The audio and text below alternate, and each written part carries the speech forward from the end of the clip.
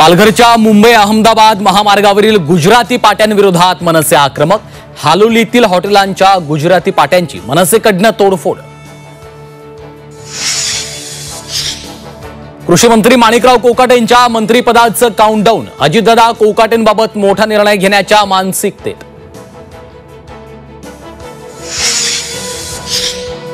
सांगलीतल्या कंत्राटदाराच्या आत्महत्येनंतर विरोधकांचा सरकारवर हल्लाबोल। हर्षल पाटीलची आत्महत्या नव्हे खून, राऊतांचा आरोप। तर जलजीवन योजनेत अनेक भ्रष्टाचार असल्याचं भास्कर जाधवांचं वक्तव्य। दौंड गोळीबार प्रकरणात आमदाराचा भाऊ बाळासाहेब मांडेकरसह 3 आरोपींना 3 दिवसांची पोलीस कोठडी। गोळीबार कुणी केला हे मात्र अद्यापही गुलदस्त्यात।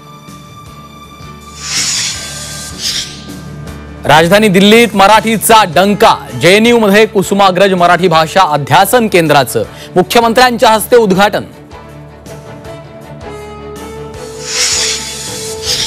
मुंबई लोकल साखळी बॉम्बस्फोट प्रकरणात राज्य सरकारला दिलासा।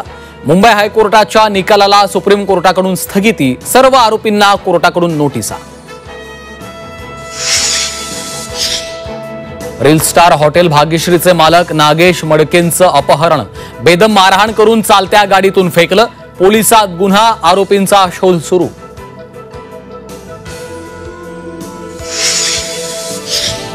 आणि वाळू माफियांचा पाठलाग करताना जळगावच्या धरणगावच्या तहसीलदारांची नदीत उडी। तहसीलदार महेंद्र सूर्यवंशींचं कौतुक।